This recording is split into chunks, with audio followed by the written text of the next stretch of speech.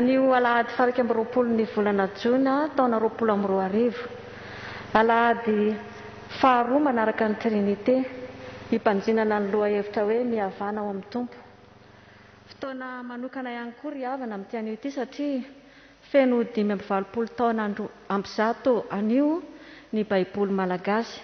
Koa dia mirary soa antsika rehetra azoto andray sy hamaky izany tenin'Andriamanitra izany. Litorjia amin'ny endriny faharoa no tanterahantsika. Ny mitondra ny hafatra amintsika anio dia ny mpitandrina Randrena Soalain ary ny dekona sy loholona izay manatanteraka ny fanompoana dia ny ao amin'ny skady antso. Ary ny mitendry ny zava-maneno kosa dia Andriamatoa Ravelson Nandrianina. Mampitombona aminareo mandrakariva ny fahasoavana sy ny fiadanana avy amin'Andriamanitra iray sy Jesosy Kristy Tompontsika. Hiaritsangana sika ry havana idera sy amin'ny voninahitry ny anaran'Andriamanitra ao amin'ny Salamy 7:20, ny 10:10 sy ny 12:20. Hiaritsangana isika. Amin'ny anaran'ny Tompo. Ianareo izay tian'i Jehova, mankalany ratsy, miaro ny fanahin'ny olona masina izy, ary mamonjy azy amin'ny tanany ratsy fanahy. Ny fahazavana ny voafafy marina, ary ny fifaliana ho amin'ny mahitsy fo. Mifalia amin'ny Jehova ary olo marina, ary midera ny anarany masina. Amen.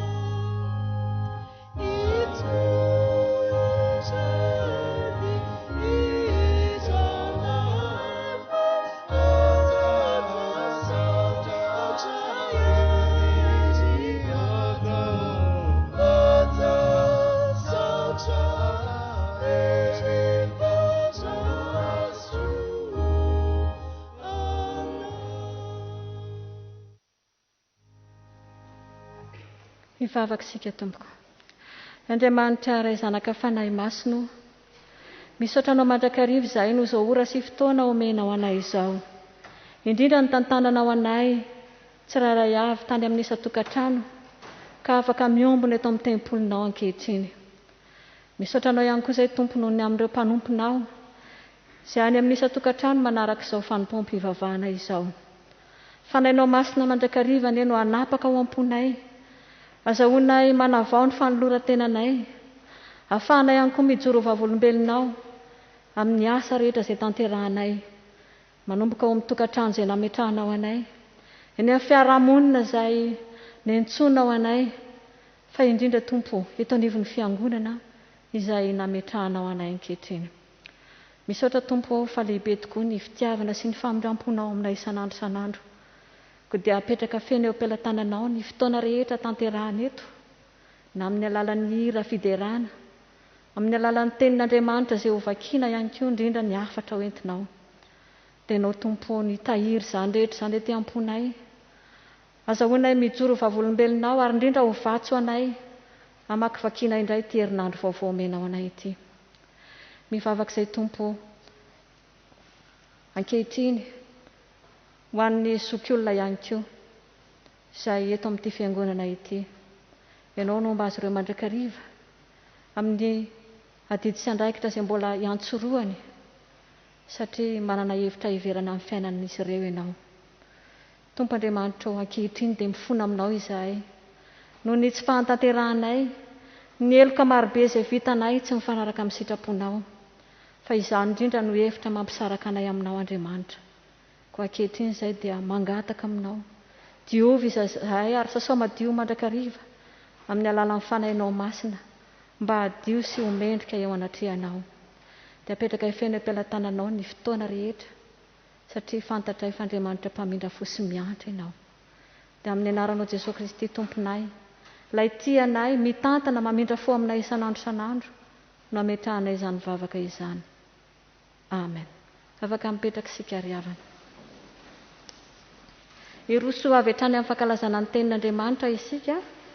Mialoha ny famakiana ny tenin'Andriamanitra sy ny vavaka dia ataontsika ny firana 720 ary mialoha ny hafatry ny Tompo dia ny firana 720 ny andininy 2 sy ny 3.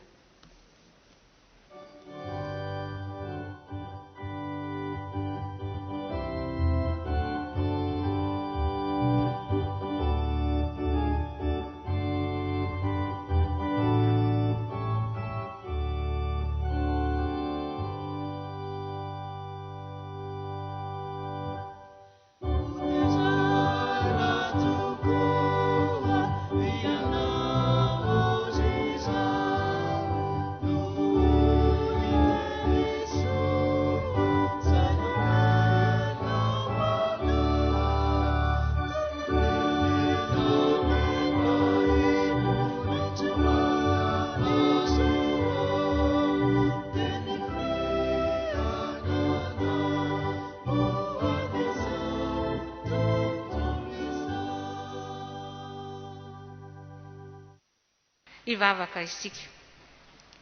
Andriamanitra ray zanaka fanamasino, Andriamanitra tianay ianao satria manankambara aminay isan'andro amin'ny alalan'ny teninao. Ny teninao tokoa Tompo mitarika anay amin'ny fahatsarana rehetra. Ny teninao no mampiainanay mba hahatonga anay hijoro vavolombelonao ety amin'izao tontolo izao. Koa vakina aminay ny teninao ankehitriny Jesosy, ny fanahinao masina no arotsakao amin'ireo mpanomponao izay hamaky izany. Ary ny fanahinao koa no mbola ampiteny ny mpanomponao izay hanambara izany. Sokafo Jesosy, ny fonay, ny sainay, ny fanahinay andray izay teninao ary azahoanay mampiatra izany koa amin'ny fiainanay manontolo. Mitenena Tompo fa mihaino anao, fa mihaino izahay mpanomponao. Amin'ny anaranao Jesosy Kristy nanaovanay izany vavaka izany. Amen.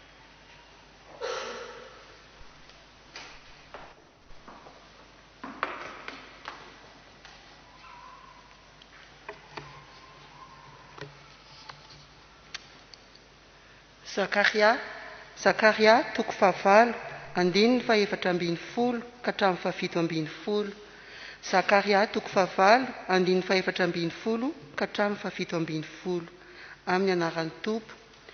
Fa izao no lazain'i Jehovah tompony maro, toy ny sainako ahatonga loza aminareo tamin'ny nampahatezeran'ny razanareo ahy, ho Jehovah tompony maro, ka tsy naneninao, dia ho toy izany koa no isainako aniso any Jerosalema sy ny taranaky Joda amin'izao andro izao, aza matahotra ianareo.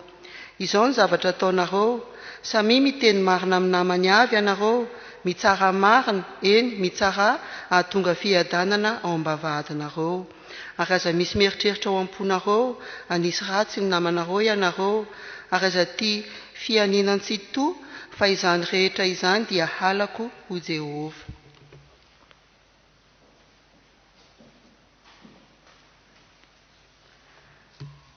Matio toko fadimy andininy fadimy amby roapolo ka hatramin'ny 420. Matio toko fadimy andininy fadimy amby roapolo ka hatramin'ny 420. Mihavàna faingana amin'ilay mananady aminao raha mbola miara-dia aminy ianao. Fandrao ilay mananady aminao hanolotra anao amin'ny tsara, ary mitsara kosa hanolotra anao amin'ny mpamatotra, ka atao hatramin'ny maizina ianao. Lazaiko aminao marina tokoa, tsy ho afaka ao mihitsy ianao ambara-pandohanao ny varaventy farany indrindra.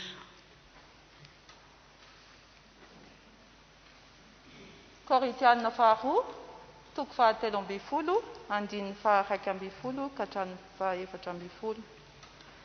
Farany ry rahalahy mifalia, aoka ho tanteraka ianareo, mandraisa ny fampiononana, miraisa saina, mihavàna, ary Andriamanitry ny fitiavana sy ny fiadanana ho aminareo, mifanaova veloma amin'ny fanorohana masina.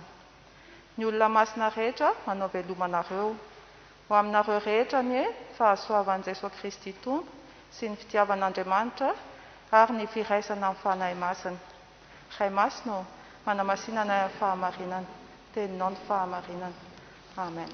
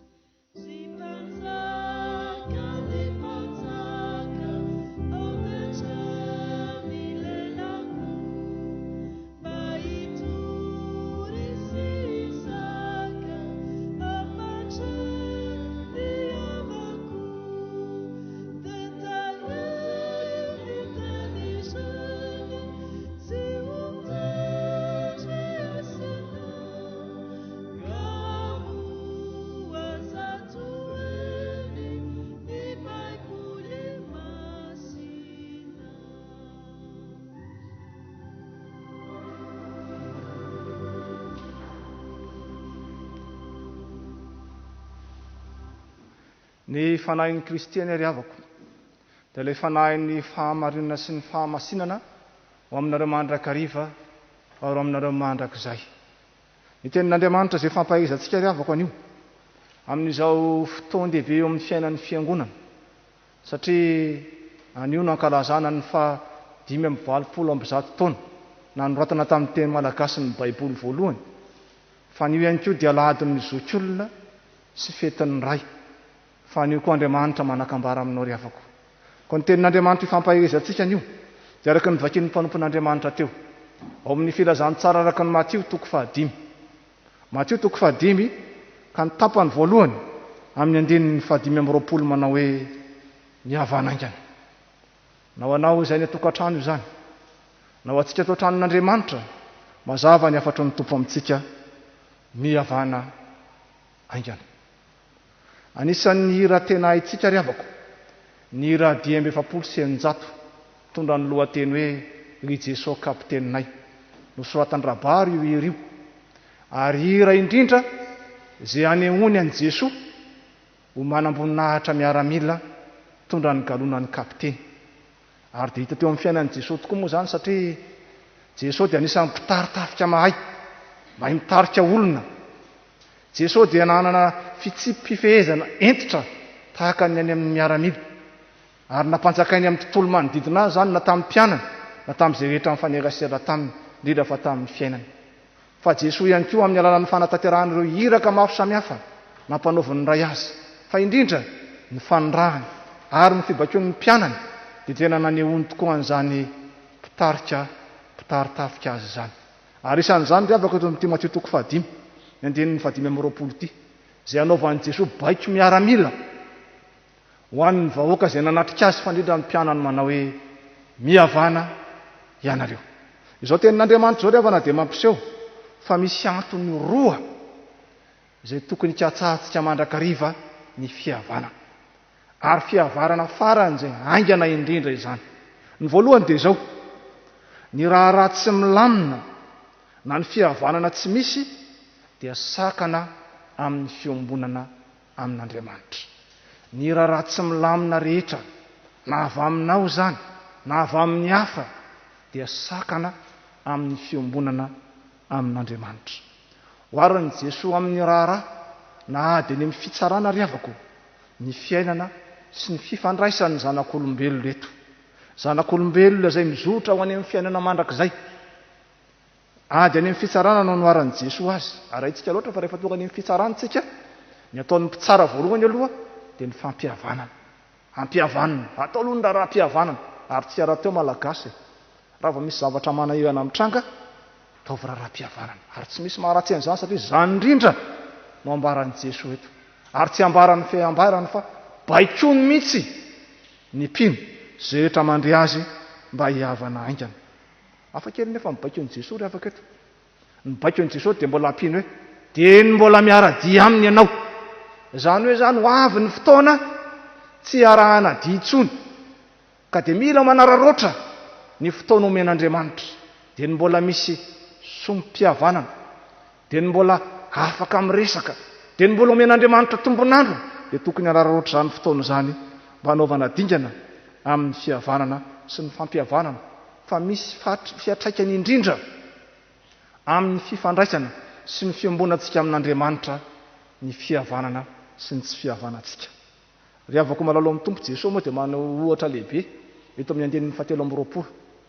Lehilahy anankiray izay tonga tao amin'ny tempoly anatitra fanatitra. Dia izao nolazain'i Jesosy: raha tonga amin'ny tempoly ianao anatitra fanatitra ka eo anao no mahatsiaro, fa ny rahalahinao dia manana alahelo aminao, dia avelao olo mifanatitra dana mitady ny rahalahinao dia mihavàna aminy aloha. Inona ny teny Tompo ambara amin'izany? Ny lahara-pahamena eo amin'ny fiainantsika, indrindra amin'ny mampianao antsika, dia ny fihavanana aloha. Ninona asa ataoko sy asa ataonao, ny masotsivana ijeren'Andriamanitra antsika dia ny fihavanana. Ry havako malala amin'ny Tompo, araka ny efa fantatsika dia afaka herinandro vitsivitsy dia ankalazan'ny Tompo sika amin'ny fetim-bokatra amin'ny 15 volana Jolay ho avy izao. Tsarovy ry havako fa ny tena fiomanana tsara indrindra ary ijeren'Andriamanitra antsika dia ny fanaovantsika ho zava-dehibe ny fihavanana sy ny famotranam-pihavanana. Indrindra ny fetim-bokatra dia fotoana izay eona ny taranak'Andriamanitra eto amin'ny fiangonana manontolo. Azahoantsika miara-mivavaka, fa azahoantsika ihany koa maneho ny fankatiavana sy ny fiombonana. Fa ny zavatra mitranga moa ry havana, rehefa marefo fihavanana io dia izao foana matetika fitenin'ny olona: ka izy ange ny diso e, izy ange ny nanao voalohany e, ny ange mba takan'izao ihany e, izy ny tena diso e, za efa mba niezaka ihany, ka izao ange ny zava-misy e. Raha raviny zany rehetrarehetra zany dia izao hoe izao marina fa ny hafa foana ny diso. Fa izao tenin'i Jesosy izao nefa ry havana dia mampieritreritra fa na manana ny fahamarinana ianao, na mieritreritra ianao fa niara-ny tsirary samy diso ao anatrehan'Andriamanitra ny rotota rehefa tsy manjaka ny fihavanana sy ny fiombonana. Ary dia izany no antso izay ataon'i Jesosy amin'izay rehetra mihaino azy ankehitriny. Ary atorony Jesosy anatin'izany antso izany ny vahaolana mba hivitrana ny fihavanana. Ary Jesosy raha teo nanao izany dia ny fanaovana fahamarinana fa indrindra ny fandeferana. Fahamarinana, fandeferana. Jesosy ilay olo marina nanakio faty teo ambony hazo fijaliana. Nandefitra mba ho aso ianao, mba tongasy ianao ho vita fihavanana amin'ny Tompoandriamanitra ary atonga antsika rehetra tokoa hihavana. Tena vitan'i Jesosy zany ary nivoaka mpandresy Jesosy. Ry havako malalo amin'ny Tompo. Ianao koa ve maniry hivoaka mandresy amin'izao ady-piainana mianjady aminao zao? Ianao koa ve maniry hivoaka mpandresy ka mba ho tonga any amin'ny fanjakan'Andriamanitra? Tsika tsy resaka tsony ny amin'ny valana retina na ny tsy fahampiana amin'ny androny maro samihafa, fa resaka kosa tsika ny amin'ny fiainantsika sy ny fifandraisantsika amin'ny hafa. Manahoana izany fifandraisanao amin'ny hafa zany? Te hivoaka mpandresy ve ianao? Baiko ianao ny Tompo Jesosy ankehitriny manao hoe mihavana vaingana. Fa ny faharoa havako dia izao, tokony hikasaka ny fihavanana faran'izay haingana tokoa tsika, satria ny raharaha tsy voalamina dia manapoizina ny tena sy ny fifandraisana amin'ny hafa. Ny raharaha tsy voalamina na ny fihavanana rava dia manapoizina ny tena sy ny fifandraisana amin'ny hafa. Baiko miaramila havana nataon'i Jesosy eto, mampitandrina ny olona mba tsy hitaredretra amin'ny fikatsahana ny fihavanana sy ny fankatiavana. Baiko natao mba hanaovana zava-dehibe ny sy ny filaminana sy ny fandriam-pahalemana. Fa raha tsy tanteraka tokoa mantsy izany dia tonga amin'ny fahasarotan'ny raharaha ka tsy misy fanafany intsony, tsy misy intsony ny fampidiniana, tsy misy intsony ny ela-ny-elam-panahy amin'izay fotoan'izay, fa tena tonga ny fahasahiranana tanteraka. Io moa dia tonga amin'ny fitenintsika hoe efa tsy vitan'ny raharaham-pihavanana intsony izany fa rehefa asany amin'ny tribonaly dia izay ny zavatra mitranga. Ary rehefa tonga any amin'ny tribonaly vita ny fampihavanana dia tonga amin'izay ny fampiarana didy, tonga amin'ny didim-pitsarana, ary aorianany didim-pitsarana dia tonga ny famonjana. Ary izany raha teo ny resahan'i Jesosy eto.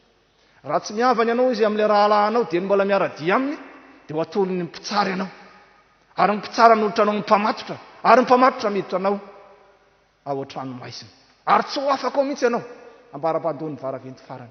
Inona ny tiany Jesosy ambara amin'izany? Tena enjana ry havana ny sasy ho an'ny olona izay tsy mandamina ny asa mandarahany sy ny tontolo manodidina azy, ny fiainany manontolo mba hifanaraka amin'ny sitrapon'Andriamanitra. Tena ho enjana ny sasy ho an'ny olona izay tsy makamamy sy mandala ny fihavanana sy ny fampihavanana. Ambaran'i Jesosy fa manapoizina izany tsy fisian'ny filaminana izany, manapoizina ny tena.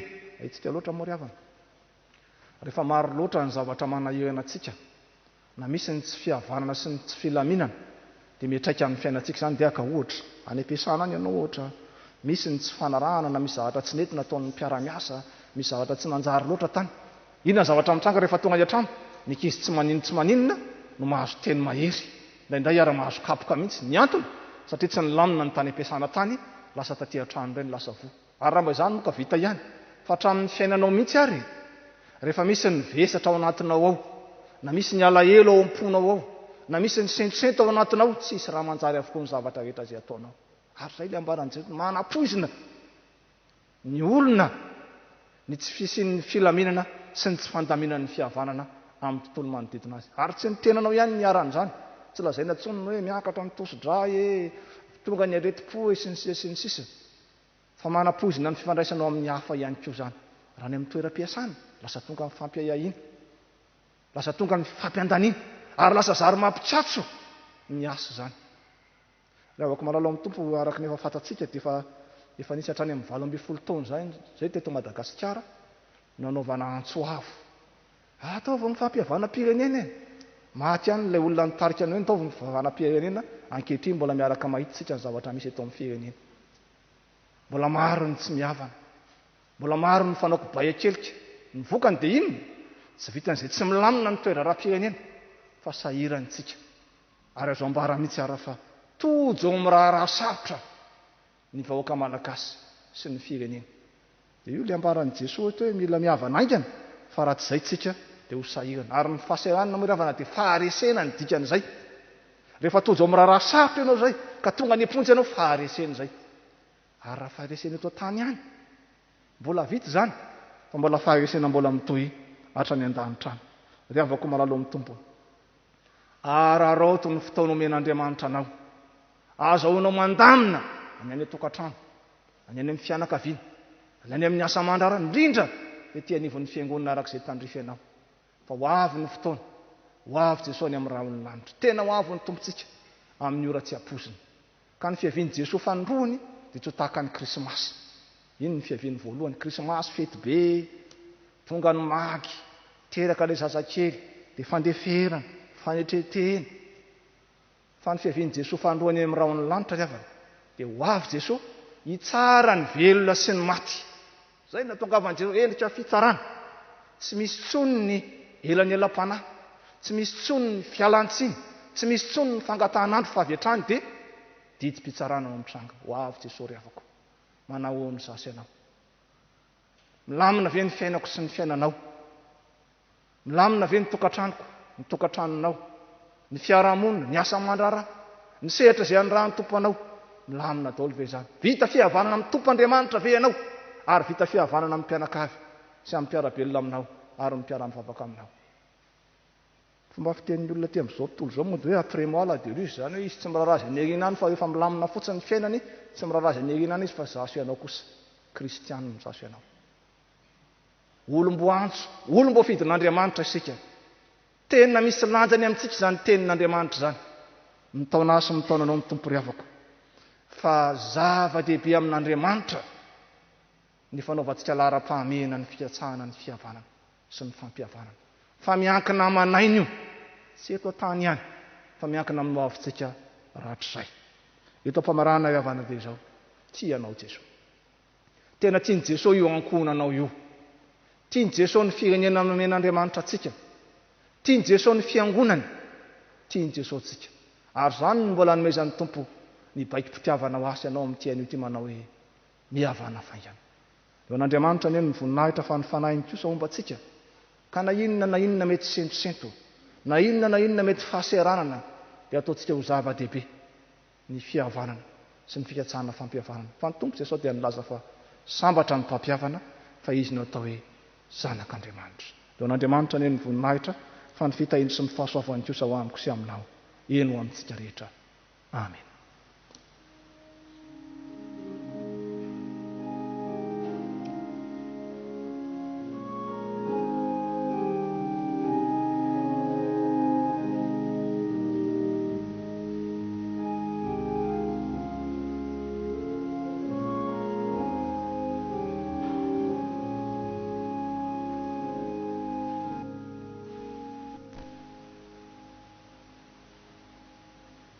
Ivavaka isika.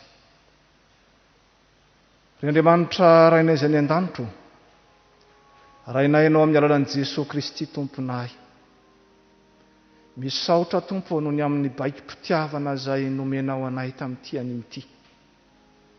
Fa vonin'izay Jesosy ankatoy izany eo amin'ny fiainanay.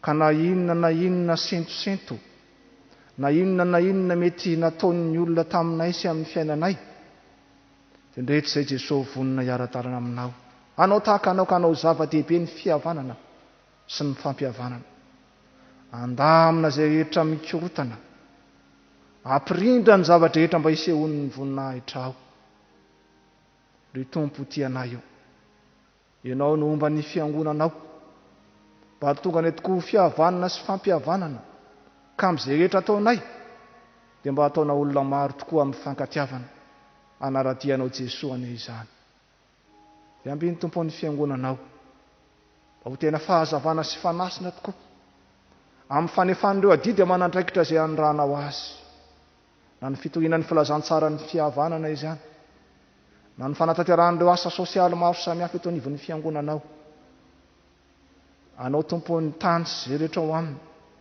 ary anao ny fiangonana tompo Jesosy na dia ao anatin'ny fitaotsarotra tokoa ary ny firenena sy ny fiangonana ankehitriny mahatoky izay tompo famanana anao ary ianao no momba sy manatanteraka izay rehetra andrahanao anay isan'ireny Jesosy ny fitombokatra amin'ny 5 Jolay ho avy izao ianao no anambana amin'ny fitahiana sy ny fahasoavana ny vahoakanao azahoany mampiombona izany mba nihoana ny voninahitra ao sety manana ny asanao tompo indrindra amin'izany fitombokatra izany tompo tianay eo mbola maro zay rehetra mety vetsivetsipona tsirairay avy na izay any tokantrano zany fa indrindra zay manatrika eto ao ny fahasairanana ao ny aretina ao ihany koa ny fikasana tsara tompo tianay eo ireny rehetra etrireny dia entorahanay aminao ankehitriny amin'ny alalan'izao vavaka mangina izao.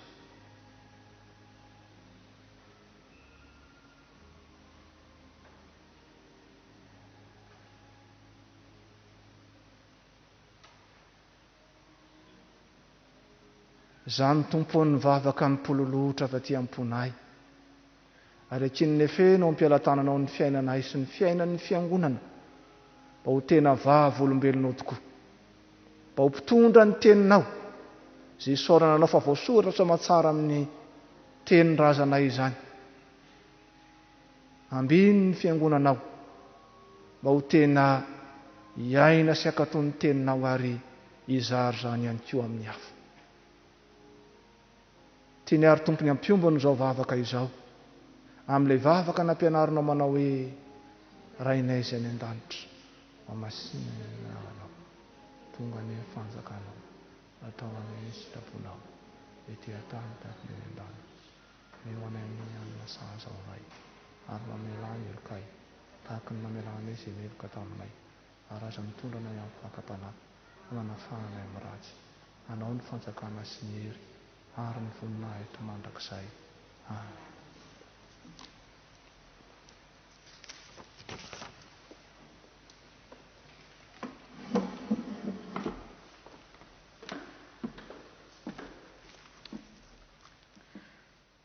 Eo anatrehan'izany tenin'Andriamanitra izay mampahery antsika izany ry havana mba hiavana amin'ny Tompo tokoa dia hiary hitsangana isika hanatanteraka ny fanekempinoana ambaran'ny soratra masina. Laharana 9. Fanekempinoana laharana 9.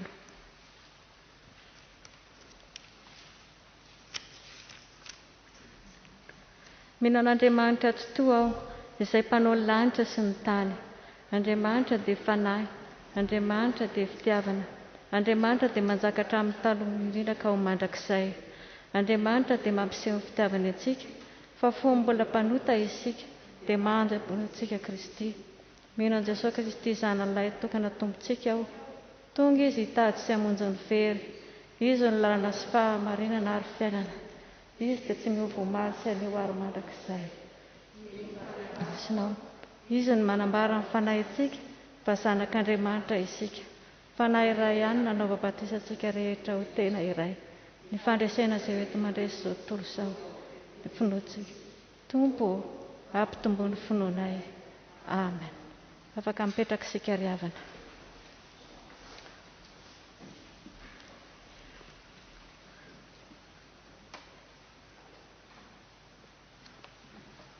Isaorantsika ry havana ny Tompoandriamanitra noho ny mbola hanomezany antsika izao fotoana izao. Azahoantsika manantanteraka asa vavolombelona. Ijoroantsika io vavolombelona ny tompontsika.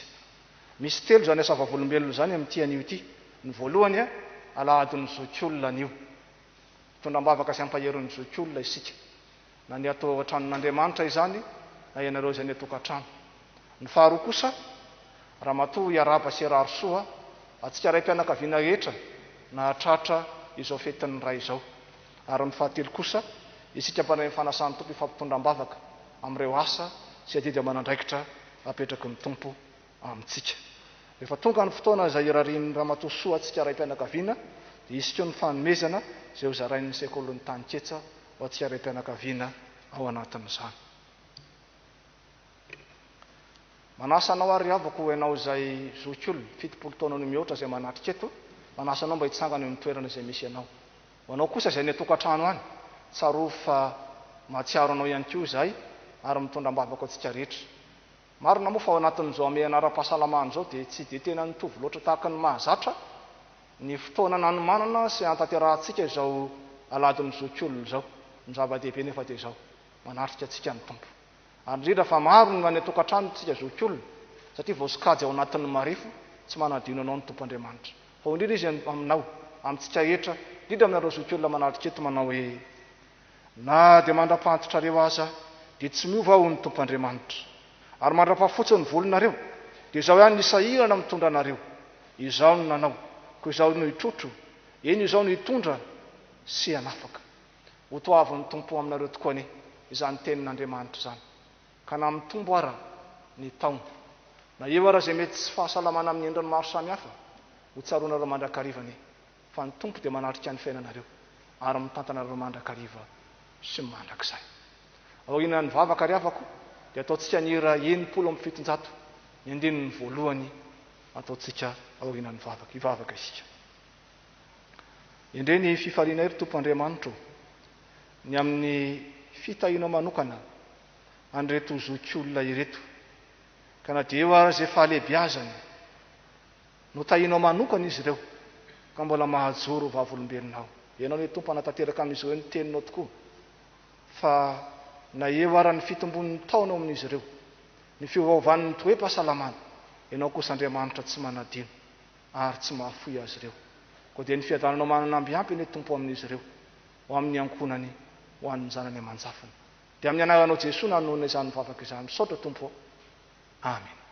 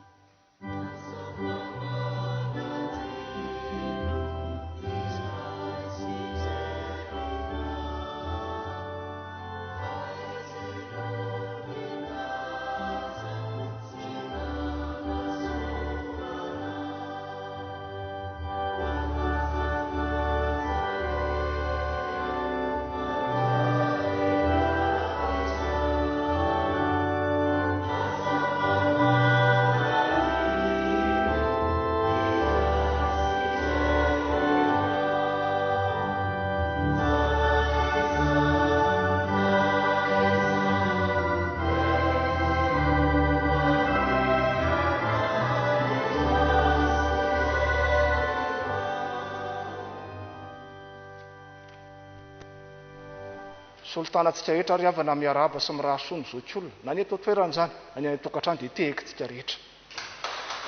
Afaka mipetraka amareo.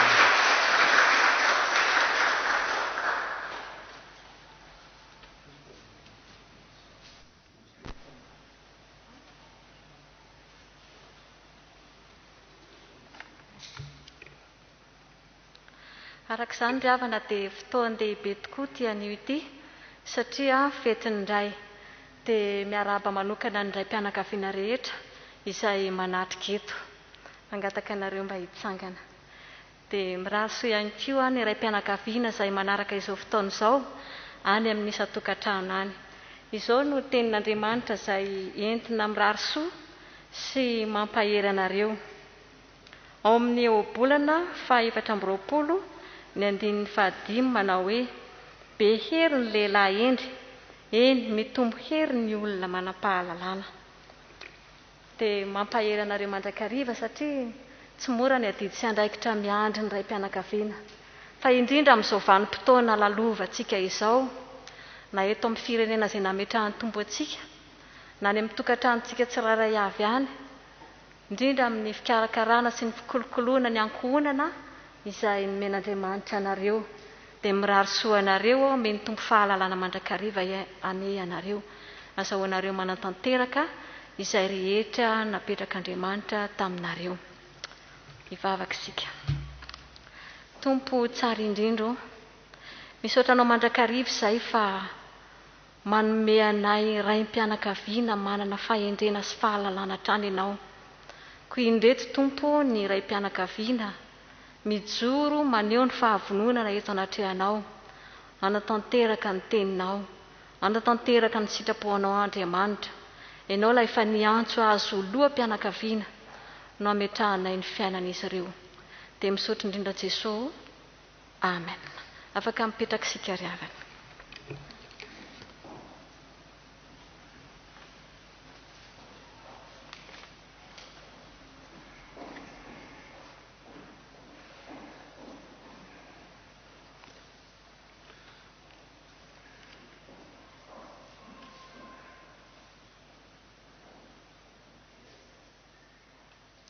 Araka ny fantatsika moa ry havako dia isika mpandray ny fanasan'ny Tompo no tena andro sy iorenan'ny fiangonana amin'ny didy aman'andraikitra samy hafa.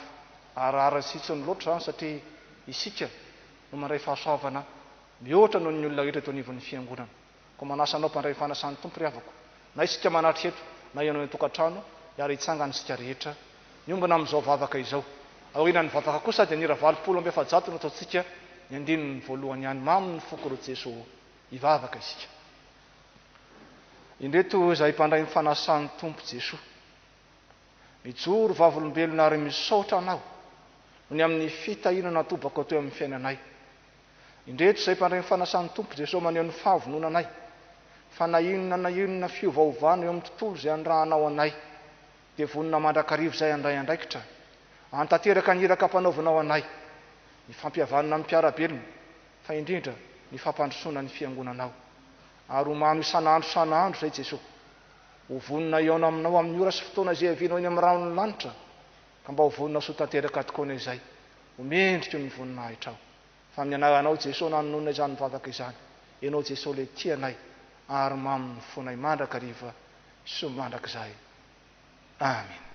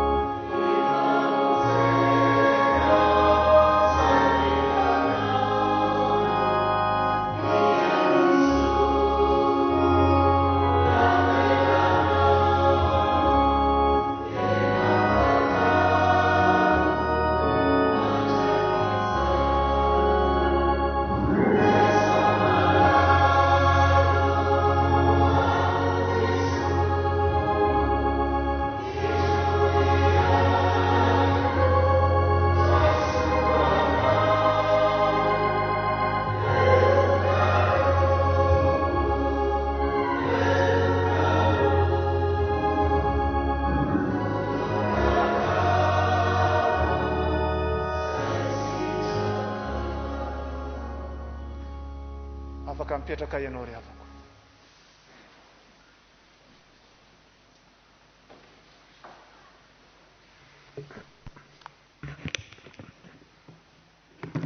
Izy ao amin'ny fandarana dia fahalemerambantsika ray mpianakaviana rehetra na hatratra izao fetiny ray izao. Toy izao ny fizotrona raha fiangonantsika ry havana androany.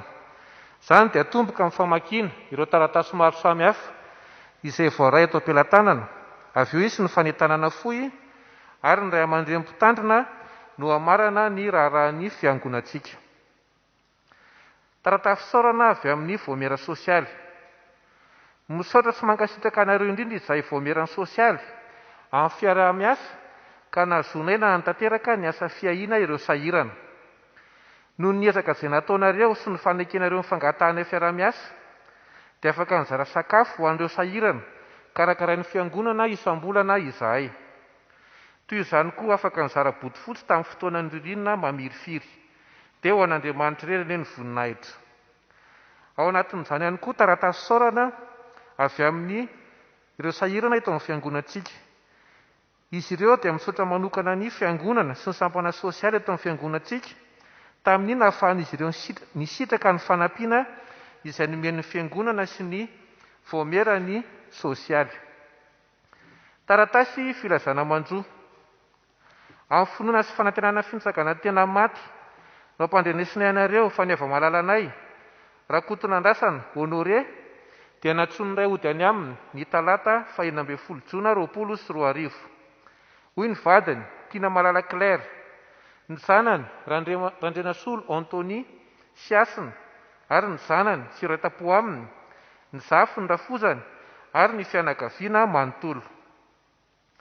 Ny nofiny dia nentina niala tao amin'ny trano ny loha VR 66 Ankadibevava ny alarobia 17 Jona 2024. Talohany nametrahana azy eny amin'ny fasandrazany eny miadany merina avaratra Ambokely. Maria nafa famangina ho fampiarezana amin'ny fianakaviana dia efa nitanteran'ny fiangonana ary ny fianakaviana koa dia namela fararakitra ho fampandrosoana ny asan'Andriamanitra. Taratasy fisaorana: ny vadiny, ny zanany, ny zafiny, ny ray-tapo aminy ary ny fianakaviana manontolo dia maneho fisaorana fiainaonareo rehetra mpianakavy ny finoana, tonga ny dododo nanotrina nampahery ny ampionina ary ny trotrom-bavoka anay tamin'ny namoizanay ny malalanay ny Tompo Clara Soamanana Claude Ulysse. Andriamanitra ny fiadanana anie amaly fity anareo. Fanentanana sy fampatsiahivana ry havana. Ny fisoatana anarana dia mbola hitohy no amin'ny Facebook izany, no amin'ny site web, no amin'ny sakristain, no amin'ny larana finday. Dia tahaka izany ihany koa rehefa mirafitsika dia angaviana mba hisoratra anarana ho velatrano ho an'izay mbola tsy nandatanteraka izany ka ameny anarana, fanampina anarana, ny taony, ny finday sy ny adresitsika. Tsara ny manamarika fa miankina amin'ny fanatanterantsika ireo fepetra ireo sy ny fanarahana tsakany sy andavany, ny fepetra ara-pahasalamana no antoka azontsika ny taratasy fisokafana isaky ny Alahady. Ho antsika mpandray ny fanasan'ny Tompo koa dia asaina manokana mba hanatanteraka ny adiditsika amin'ny adidy ara-bola. Raha toa ka tsy mbola manana karatry ny mpandray ianao dia afaka mandoha vola fa omena taratasy ahafahana manamarina fa nanome vola ianao ho an'ny fiangonana tamin'ny fandaovana ny adidy, ary rehefa azo ny karatra vaovao dia atao anatin'ny karatra vaovao ny soratra sonsiny marinamarina fa nandoa adidy ara-dalàna tokoa ianao. Dia tahaka izay ndra raha ny fiangonantsika ry havana, man'Andriamanitra ny voninahitra.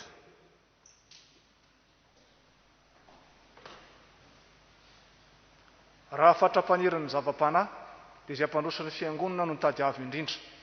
Izany tenin'ny tarihan'ny fanahin'ny Paoly Apôstôly izany ry havana, ary nanentana ny fiangonana tany Korinto no tenin'Andriamanitra ihany koa ifanentanantsika ankehitriny amin'ireo asa fampandrosoana izay anirahan'ny tompon'ny fiangonana. Ny voalohany amin'ireny ry havana dia ny amin'ny toeram-pidiovana isaorantsika an'Andriamanitra dia vita soamantsara ny foto-drafitr'asa, ny lafin'ny teknika efa milamina, fa kosa ny amin'ny lafin'ny ara-bola no mbola misy izay mbola miandry antsika fiangonana. Tele-piandohanana dia 39 millions d'ariary no anjarantsika fiangonana. Efa voaefa ny 29 millions d'ariary amin'izany. Ary ankehitriny ihany koa dia efa misy 2 millions d'ariary an-tanana. Ny sisa miandry antsika izany dia 8 millions d'ariary. Koa izany ny fanentanantsika ry havana. Fa miankina indrindra amin'ny fahavitana izany anjarantsika izany no isehon'ny fahadiovana sy ny fahamasinana amin'izao fiangonana izao. Ka dia mampahiry anao ry havako. Ianao izay efa nanao misaotra anao. Ianao izay mbola te hanao mampahiry anao mandrakariva fa asan'Andriamanitra dia asa tsara. Ny faharoa ry havako araka ny efa fantatrao dia izao.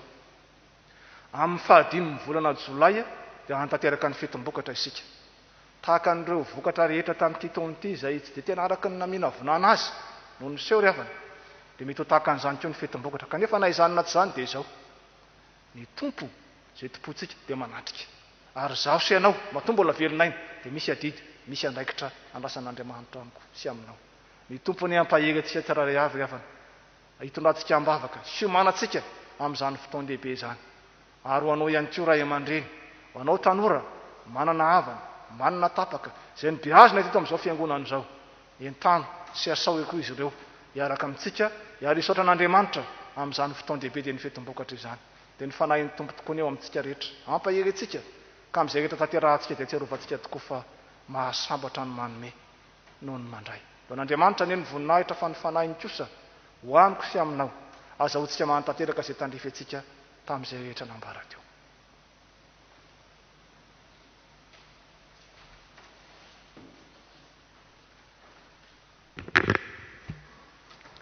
Dia ary sika ry havana navao ny fanoloran-tenantsika hanatanteraka ny rakitra. Firana 1:300 no tanterahantsika mandritra ny rakitra. Tsarovy mandrakariva fa izay manome am-pifaliana no ankasitrahan'Andriamanitra.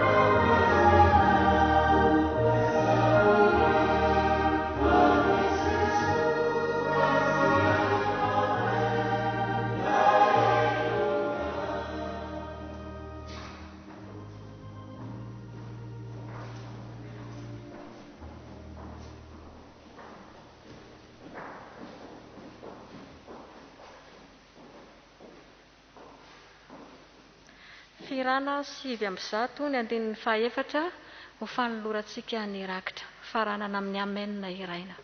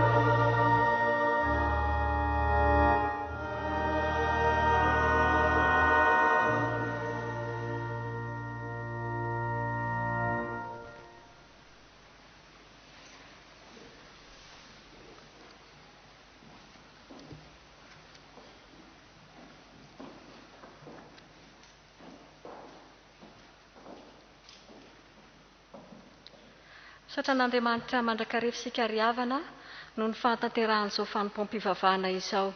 Ny tompo ane ombantsika mandrakariva any amin'ny isatokantrano mandritry teherinandro izay omeny antsika ity, fa indrindra na dia ao anatin'ny ady sarotra ary amin'ny valana retina izay mbola menjahady eto amin'ny firenentsika eny manerana izao tontolo izao, dia ny tompo ane ombantsika mandrakariva ananantsika fihavanana eo anatrehany. Amarana izao fanompoam-pivavahana izao ary sika riavana, ho tanterahantsika eo am-pitsanganana ny firana fanampiny 520 aorianan'izay dia atolotra ny tsodrano.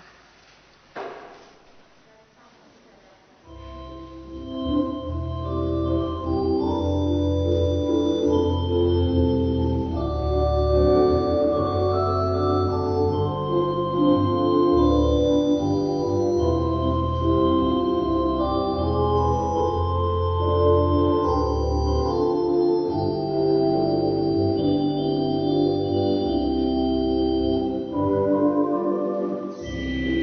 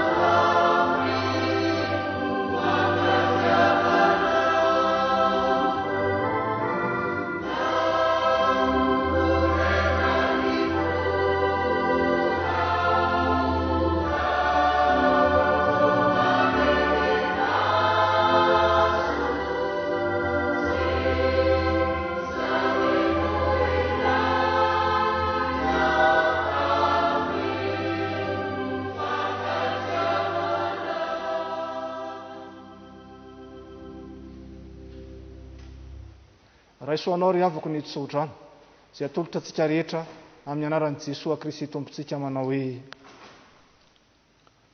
farany mifalia. Aoka ho tanteraka ianareo mandraisa ny fampiononana, miraisa saina, mihavàna, ary Andriamanitra ny fitiavana sy ny fiadanana ane ho aminareo rehetra ny fahasoavan'i Jesosy Kristy Tompo sy ny fitiavan'Andriamanitra ary ny firaisana amin'ny fanahy masina. Amen. Petraka ianareo rehetra riavako. Ho an'Andriamanitra irery ihany ny voninahitra amin'ny anaran'ny Ray sy ny Zanaka ary ny fanahy masina. Amen.